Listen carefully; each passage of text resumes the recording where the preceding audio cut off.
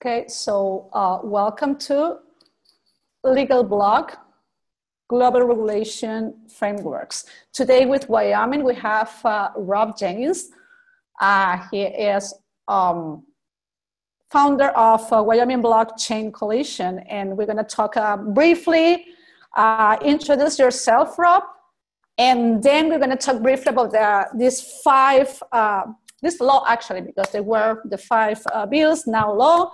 So let's introduce yourself, Rob. Yeah, sure. And thanks. I appreciate LegalBlock for inviting us into this call and give us the opportunity to spread the good news about Wyoming.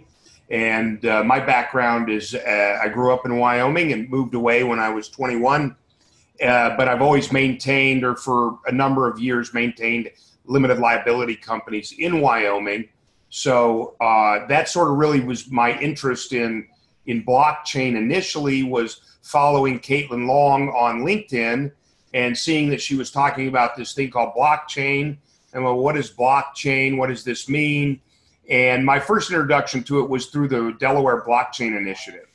And when I was able to read through the Delaware Blockchain Initiative and then start learning about, what blockchain was and what it consists of, my first instinct was, oh, well, this belongs in Wyoming, not Delaware. And that Wyoming should start, the ethos of the blockchain community fits well with Wyoming.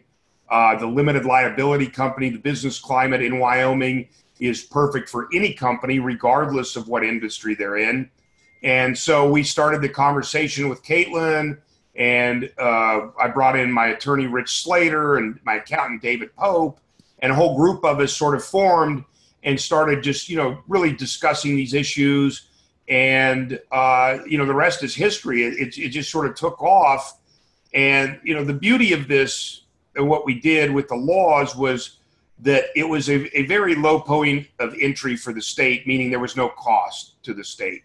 And a state like Wyoming, who's looking for economic diversification now, and particularly everybody wants to try to attract the tech field, it was just a great fit. And Tyler Lindholm, Senator Ogden Driscoll, Senator Tara Nethercott, Jared Olson, there were a number of legislators who got it early on and were amenable, particularly Tyler. He had been accepting Bitcoin through his campaign for a number of years.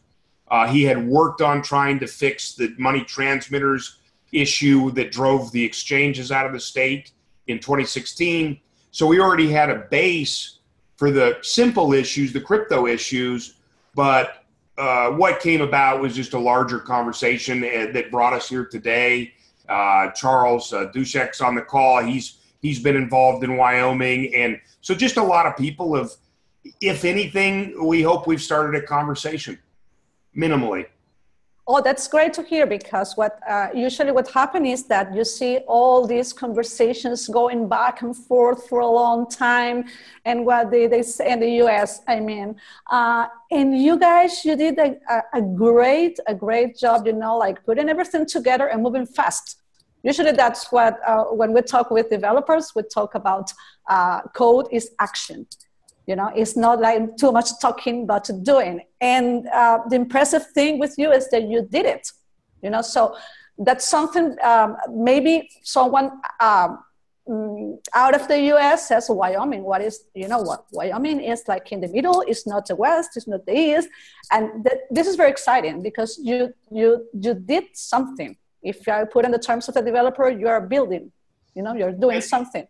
And I think that's right. And I appreciate the acknowledgement of that, because part of this was just like, we're working on this beef chain, beef tracking. And some of this stuff is just, look, I like the bottom up model where things happen organically and through a grassroots effort and a community effort, rather than asking the government for permission. And that's one thing to be clear, is that when we're passing these laws, I'm not asking the government's permission, right? I don't need their permission. What we're doing is trying to define some regulatory boundaries and make folks like yourself or Node Haven or these other companies have some assurances that they can come to the state. And look, I can't say what everybody's going to do outside of Wyoming, but I can tell you, if you come to Wyoming and set up your business, we're not going to hound you. We're going to promote you. And so that's where we started out, was with just a simple idea that we're not asking the government's permission. These laws aren't seeking their permission. What we're just doing is asking for definition of things. And, you know, the biggest thing to me is what I recognized was, even if you don't know what blockchain is or all this kind of stuff, these catchwords that go around, is here is a capital market that's forming that seems to be floating around the world at the current stage, or was a year ago. It's like, where are they? Where's their home?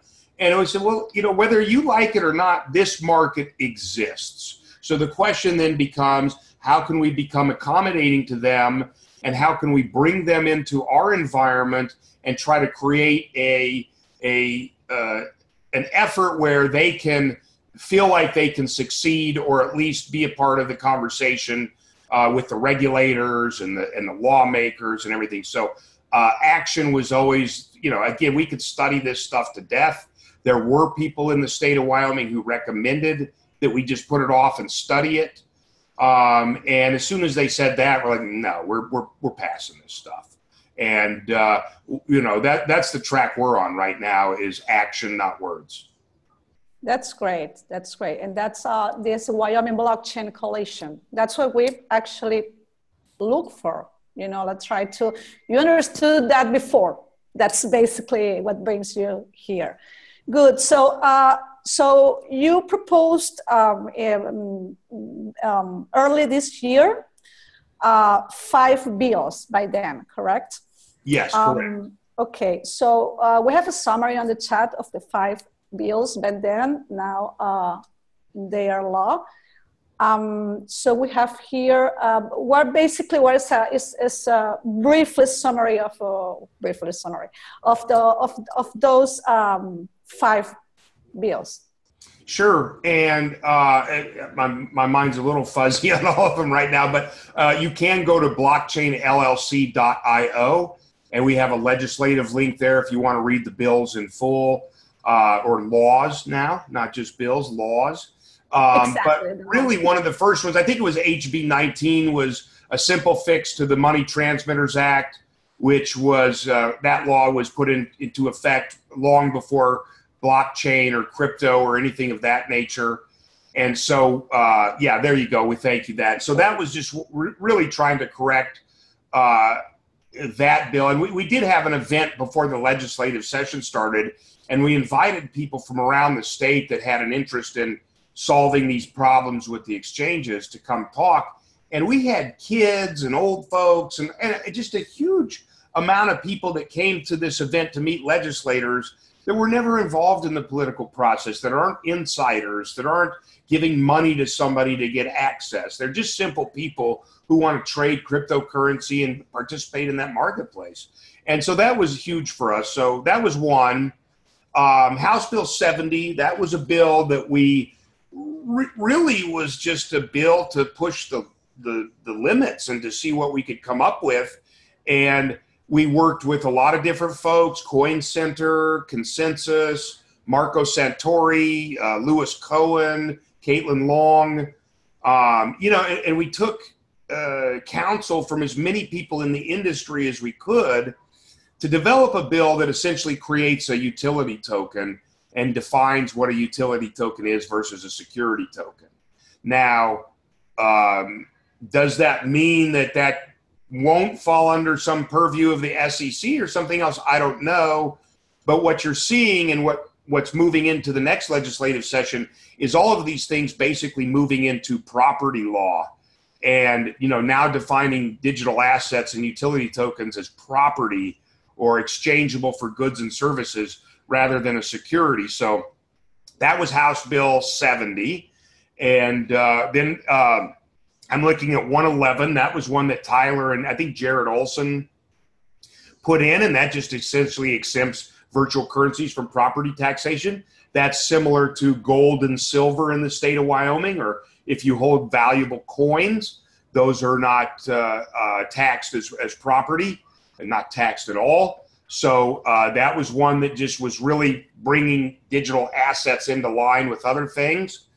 What do we have? 101 is that was really the bill that Caitlin Long started on. And that was just trying to bring the state into the real world, if you will, where all of a sudden now all these electronic records and distributed ledgers and things can be recognized by the governing body as valid. And so now people can use these in their business transactions or whatever else. That's one that really was the main. 101 was, 101 and 19 were the first two bills that we started working on. And then 126 it was sort of tangential. It's the Series LLC bill, which allows you to form Series LLCs. That one, it's not quite a blockchain bill, but I believe that one just helps create a bigger ecosystem and more opportunity for how people want to do business. And so that one was just another add-on to, we have LLCs. Wyoming invented the limited liability company. So how do we keep advancing our position as a leader in the space? Good. So let's talk about these two final bills that we saw right now, the 101 and the 126. What is importance for the teams or projects going to Wyoming based on the information on these two here, the 101 and the 126? Sure. How does 101 affect companies coming to Wyoming? Is that sort of the question, or what's an advantage there? Is that where we're at? Correct, an advantage there for. Yeah, sure. And I think, sorry, I didn't mean to interrupt you there. I think that the idea was there, and that's the one I really gravitated to first, was corporate records and limited liability companies. And and even other different corporations. But in Wyoming, of course, you can form an LLC and elect for like C Corp taxation. I'm not an accountant, but that's one of the advantages you can do in the state.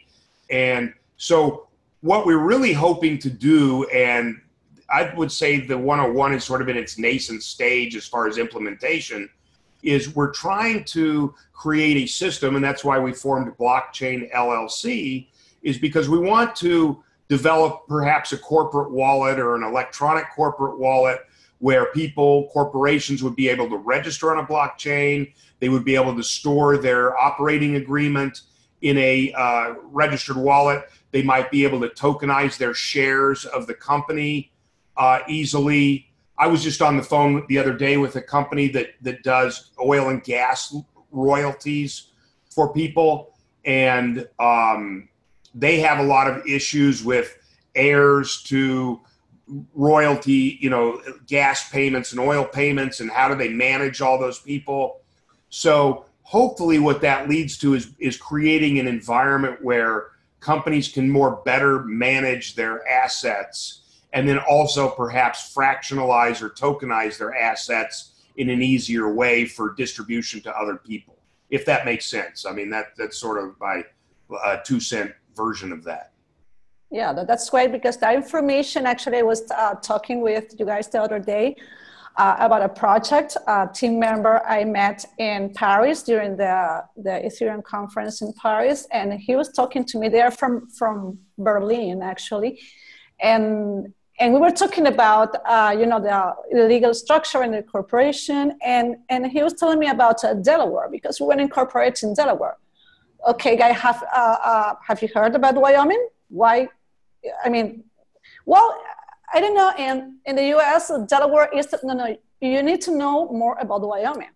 You don't know the advantages of Wyoming, so do your due diligence, your research, and that's what is happening. That's why it's important, because you have a law now that teams can look into.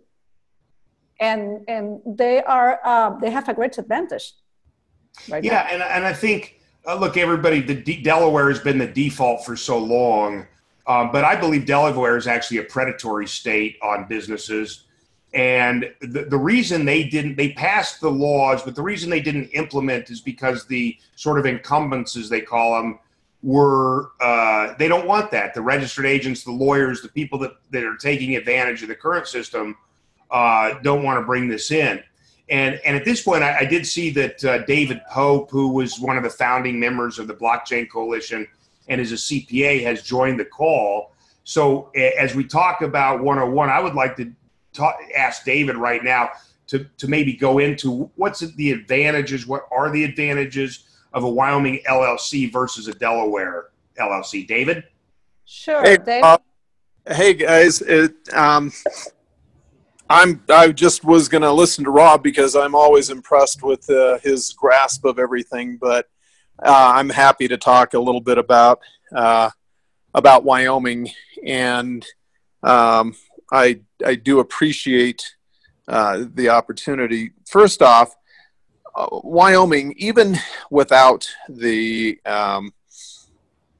laws we just passed with regard to blockchain, Wyoming is the perfect state to do business, and because first off, you have some of the best LLC member protections in the world. The Wyoming Supreme Court has repeatedly taken a look at the intent of the Wyoming legislature in drafting the LLC statutes and upheld them.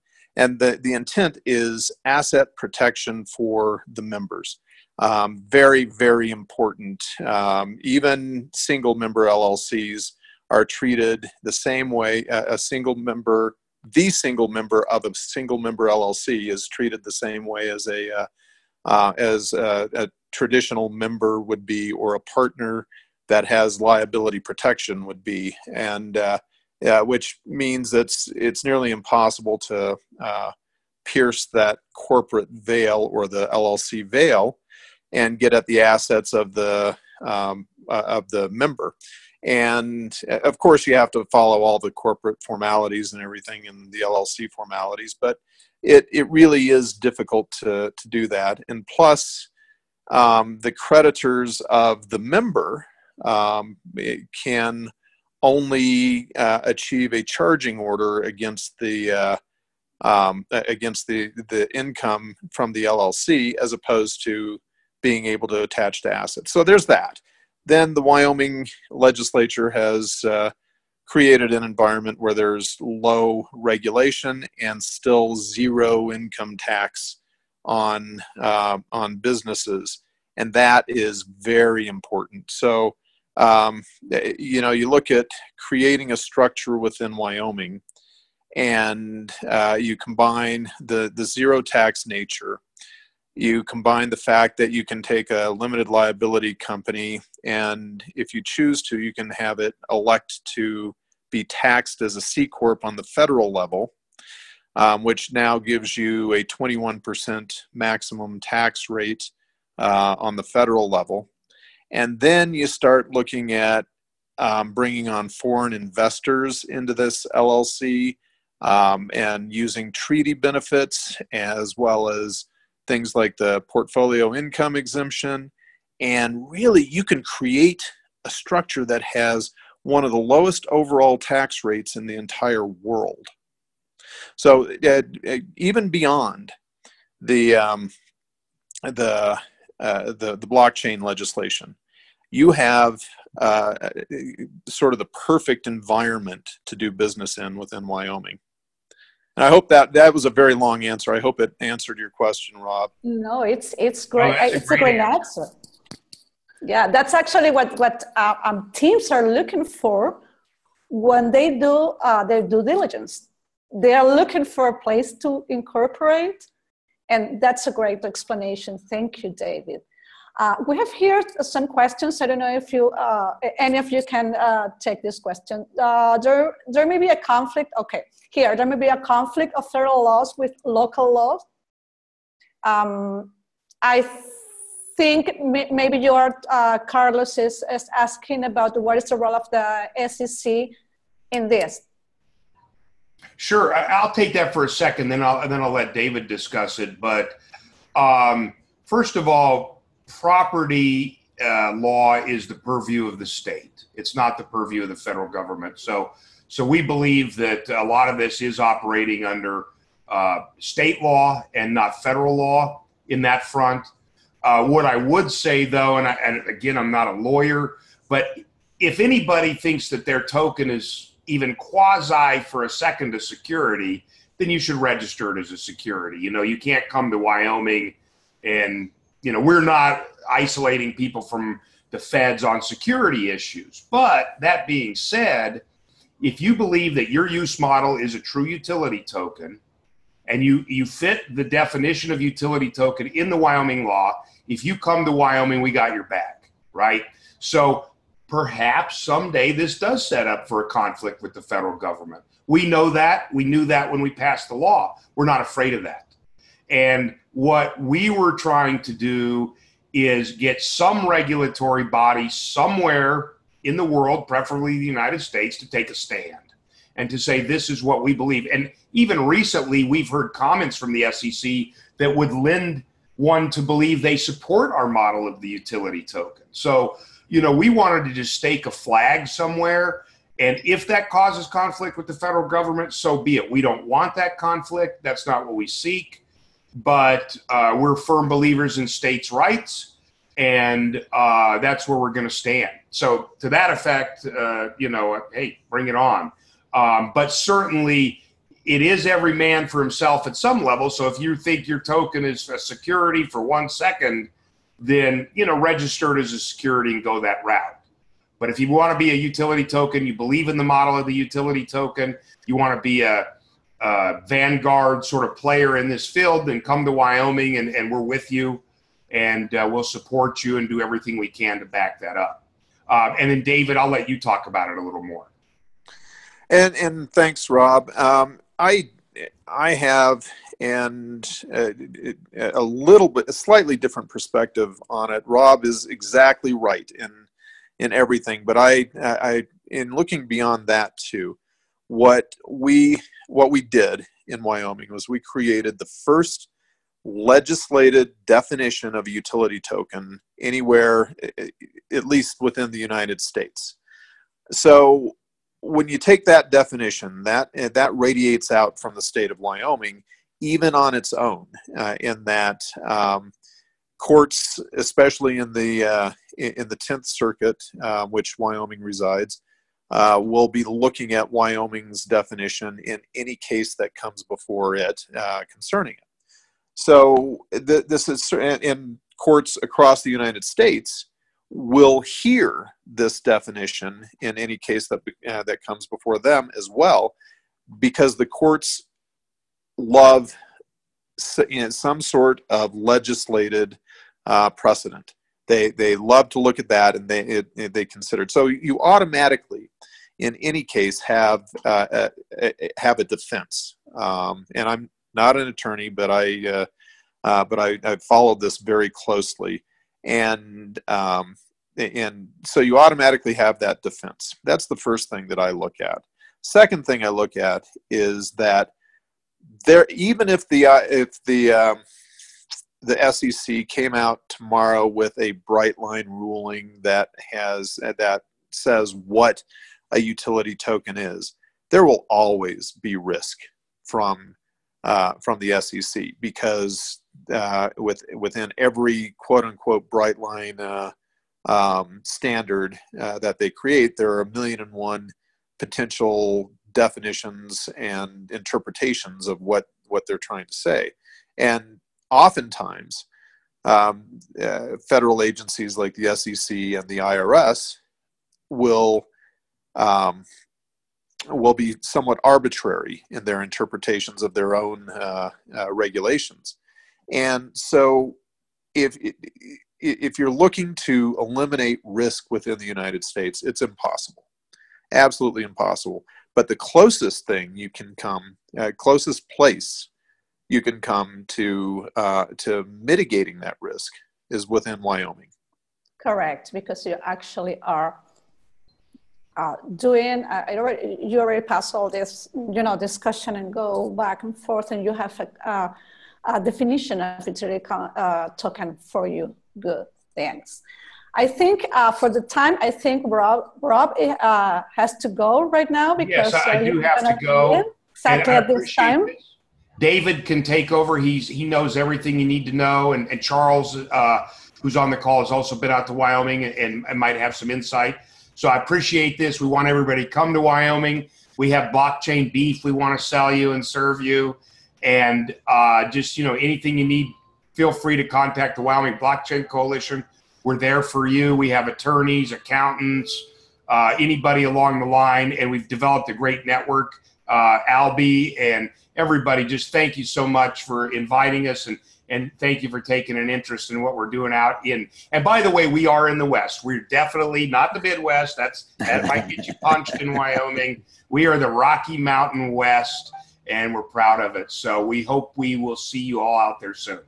Thank you very much, Rob. We're going to share the links later and talk about the hackathon that you have later. Okay, so thank you. We have some questions there, and maybe you can go with that. Good. Okay. Here, which department has oversight for the non-security business model in Wyoming? This is a question in the chat.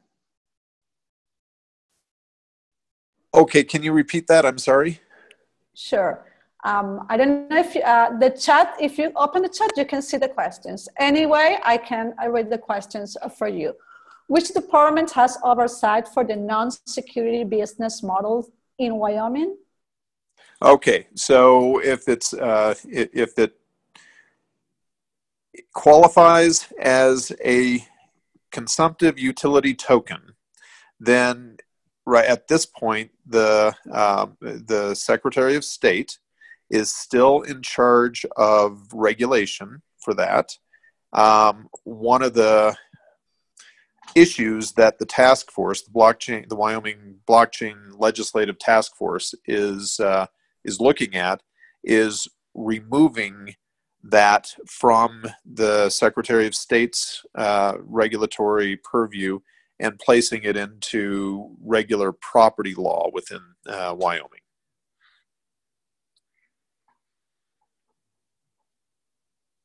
Sorry, okay. So here from the other point is it is in your opinion that the definitions established in this local law may be superimposed on the Howe test?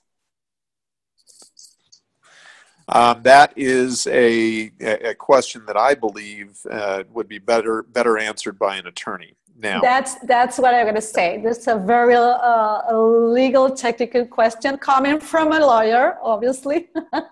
Yes. Okay. Let's see if Taylor, if he's available, he can join the last 10 minutes, and that's a question he would be great to answer. Correct, David? Because he was one of the state representatives working with this in Wyoming. Let's see. Yes. Okay. Which would you recommend that we, the larger community, communicate with in the federal government for the non-SEC jurisdiction issues? Okay. And I am looking for the chat function in this, and I'm not seeing these questions, and I'm sorry. So can you read that one more time? I'm sorry. Yes, don't worry. Let's get MJ, who is the one who did the question, to ask himself. Go ahead. Hi, David. It was kind of a two-part, maybe a three-part question. So following up on your response to, which department has the oversight in Wyoming at the state level. So the next question is, who is the counterpart at the federal level who's not the SEC, who we would, be speaking to on non-security related issues? Because right now I kind of feel like the larger community out there is sort of needlessly hounding the SEC for things which are not in their purview. If it's not a security, then they have no business being involved in it at all. And I think they're trying to basically say that by saying, look, we're not going to develop the business models for you guys to be a non-security. You need to go do that yourself. You need to go make these things because that's not our job. Right, and first and foremost, the SEC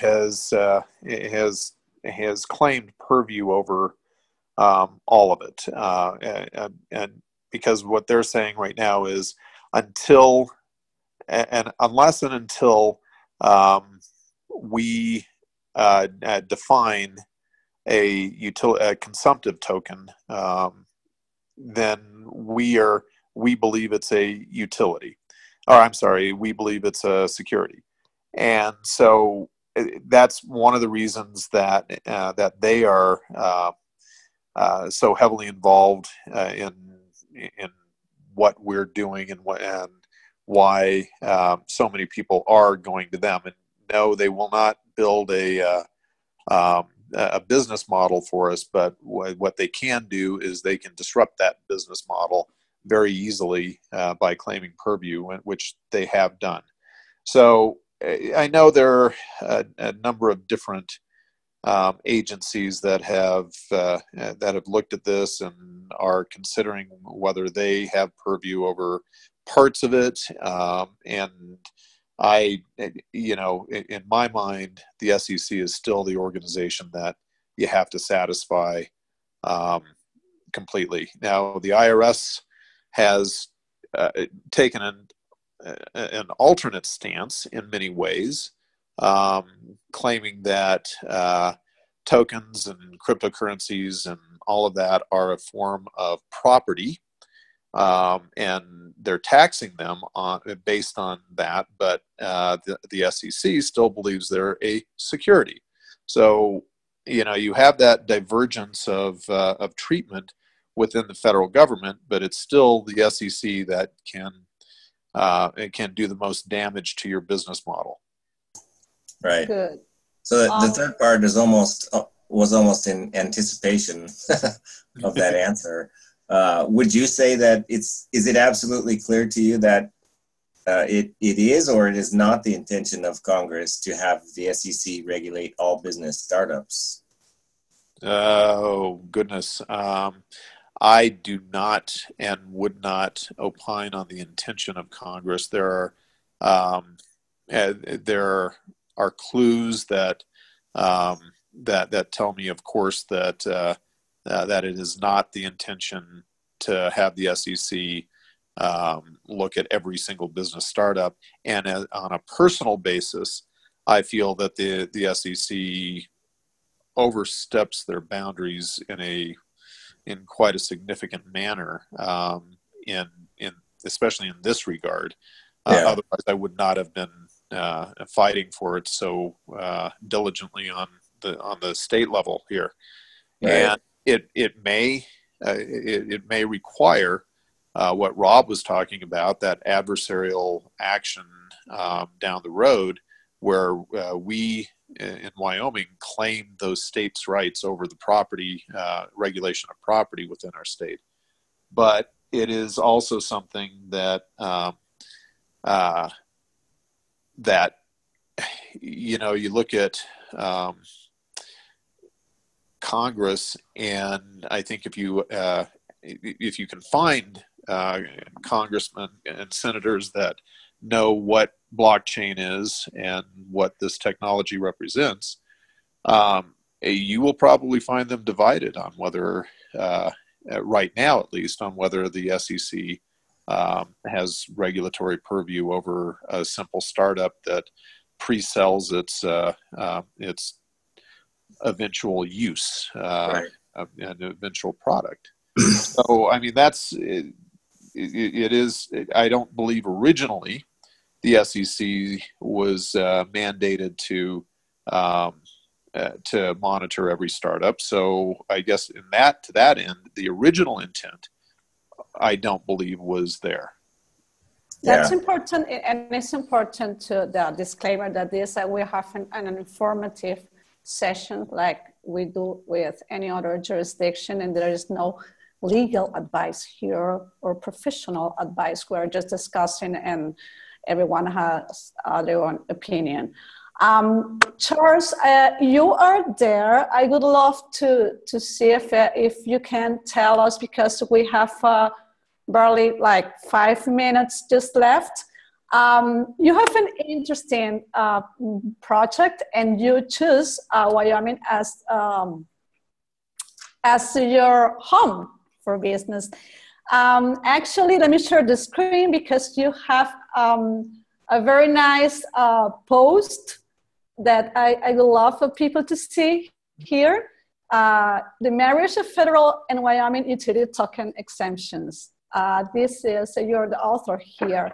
Can you tell us about why did you choose Wyoming for your business home? Yes. Can you hear me? Sure. Okay, wonderful. Yes, Charles Dusek, Node Haven, and we were, just give you a little bit of background, we were sitting in a situation where we needed to decide where our home was going to be, whether or not we were going to go offshore or stay in the United States. And because we're located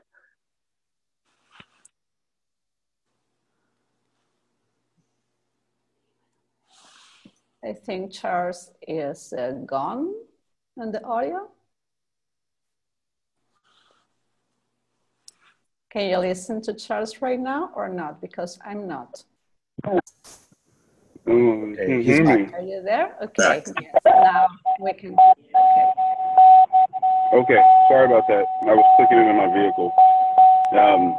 Yeah, so just keep a long story short, we saw the utility token laws inside Wyoming and didn't really know what that really meant for us on a federal level versus a state level.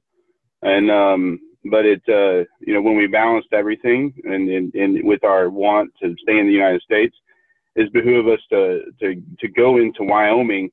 Not only for the utility token law, that was something that gave us this legal definition that David Pope had mentioned earlier, but also because of the very friendly atmosphere for any company that was going to be dealing with a lot of cryptocurrency. And because our business is selling the cryptocurrency miners, and a lot of the miners pay in crypto, we definitely saw lots of benefit in as far as the, you know, the different money transmitter laws and the supporting bills around the utility token laws made it very attractive for us to domicile inside Wyoming.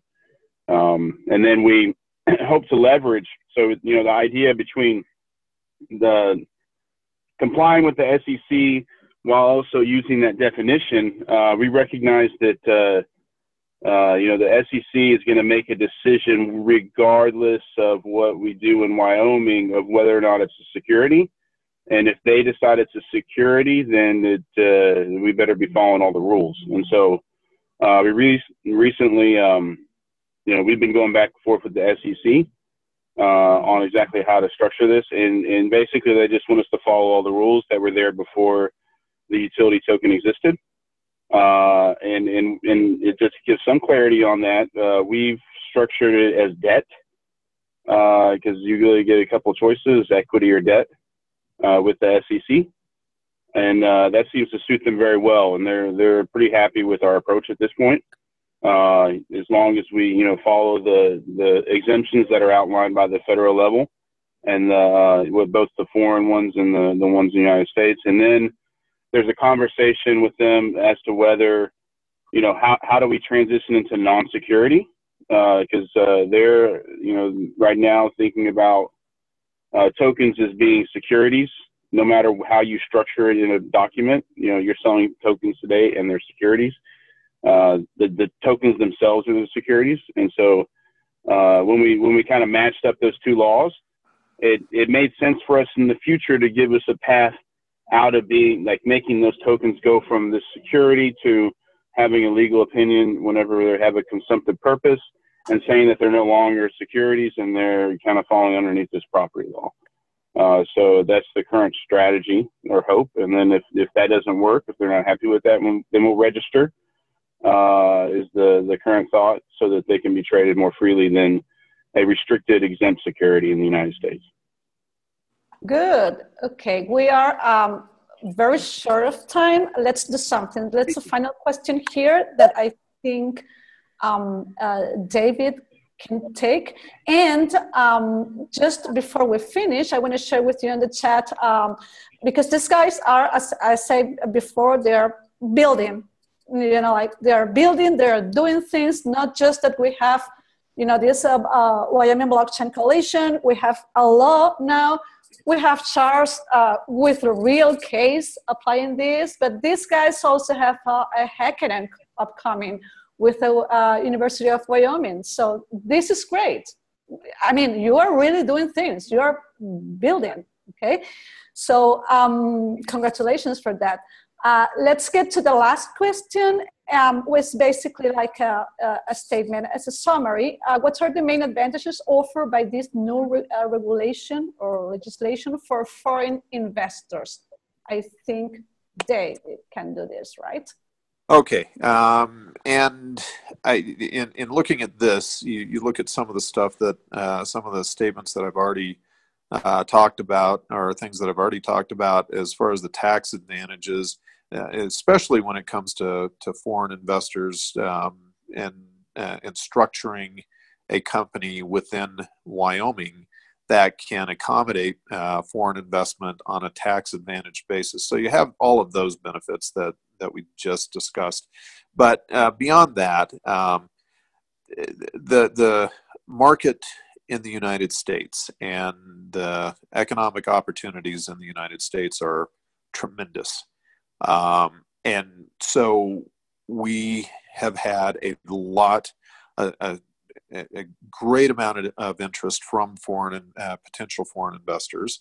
And what I always tell them is that within the United States, you have a lot of uncertainty as to the treatment of tokens, especially consumptive tokens and security tokens and all of that. But the only place within the United States where you have any sort of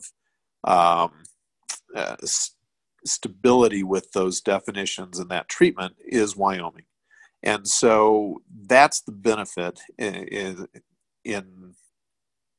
investing in a company that's Wyoming based in the United States, is that you have the only place where there is any sort of mitigation of that regulatory risk.